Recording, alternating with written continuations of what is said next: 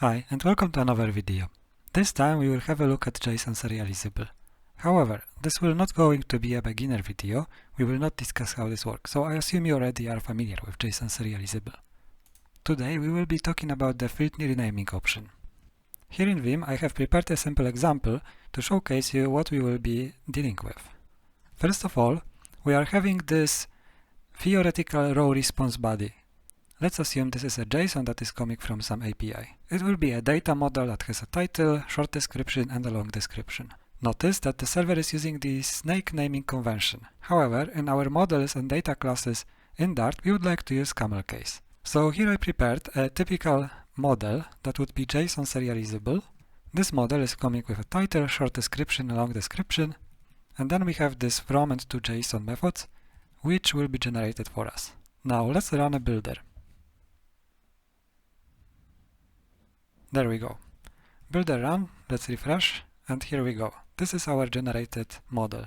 So right now in the generated code, notice that the short description and long description are using camel case and not snake. Therefore, if we run this script now,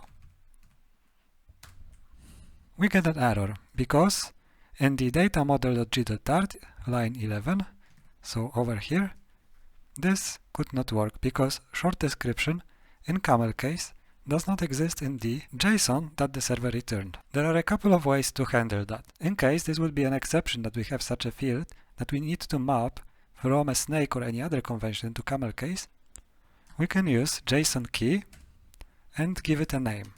So for example, to this one, let's give it a name short description with snake. Then let's copy that and let's rename the long description or use a long description with snake as well. There we go. Now let's generate the model again. Perfect. Now the generated code is parsing JSON with the snake convention. If we run the script, there we go. The script ran and all the fields were printed. If we would have many fields and many models, then this is becoming a little tedious to write and hard to maintain. Let's remove these JSON keys. And let's look into the JSON serializable. Here in the documentation of JSON serializable, you can see we have this field rename field that we can use. Let's do that. Field rename, and we have an enum for that. And over here we can select snake. This will automatically convert all the fields with camel case into snake naming convention. Let's save that. Let's remove this generated file. There we go, to make sure that a new model is generated. Let's run the builder. Let's refresh. Here is our model.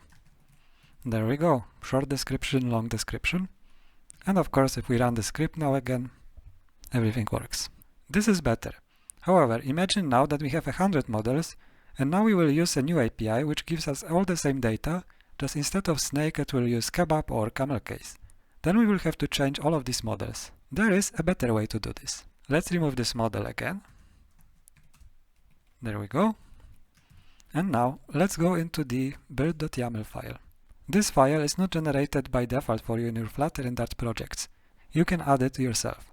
If you have a look back into JSON serializable documentation, then at the very bottom they give you build configuration. You can copy and paste this into your build YAML and set up different settings for all the models globally in your project. So this is exactly what I did over here. And now let's uncomment this field rename configuration. And you see I set it to snake right now. Now here, let's remove the field rename field.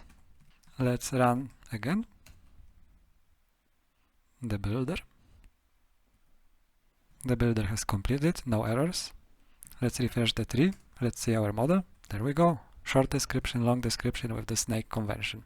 I hope you have learned something interesting today. If so, please like this video, please subscribe to this channel, and for now I call you to death and I'll see you the next time. Bye bye.